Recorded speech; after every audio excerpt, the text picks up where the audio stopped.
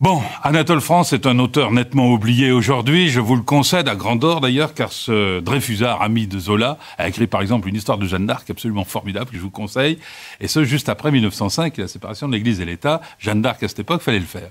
Le film Félicie Nanteuil, s'il vient bien de l'œuvre d'Anatole France, c'est un des personnages d'histoire comique, un de ses grands livres, consiste en une reconstitution soignée de la Belle Époque, où l'on voit une jeune et jolie femme, Félicie Nanteuil, incarnée à la perfection par Micheline Prel, qui s'en va suivre un cabotin nommé Cavalier, joué par Claude Dauphin, lequel a promis de lui faire connaître les joies de la scène parisienne. Évidemment, le comédien est un pur bidon, mais elle a du talent, et je ne vous en raconte pas plus. Si je vous dis seulement que le beau Louis Jourdan est aussi de la distribution, alors vous voyez poindre plein de possibilités d'amour, entre autres. Marc Allégret, qui s'est toujours spécialisé dans les adaptations, a tourné ce film en 1942. Or, le film ne sera vu qu'en 1945. Et pourquoi ?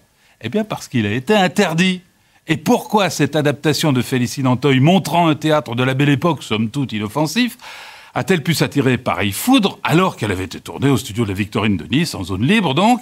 Eh bien, parce que Claude Dauphin, son acteur principal, venait de partir en Suisse pour rejoindre les FFI et la Résistance. Ensuite, il ira à Londres, participera à la division Leclerc et plus tard à la libération de Paris.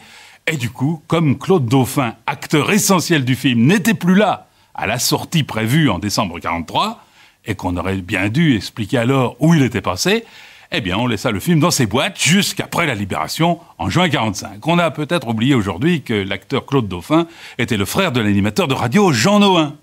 De même, il est bon de savoir que l'écrivain Marcel Achard fut le dialoguiste du film que vous allez voir, tandis qu'un nommé Pierre Prévert en fut l'assistant réalisateur, mais oui, du beau monde.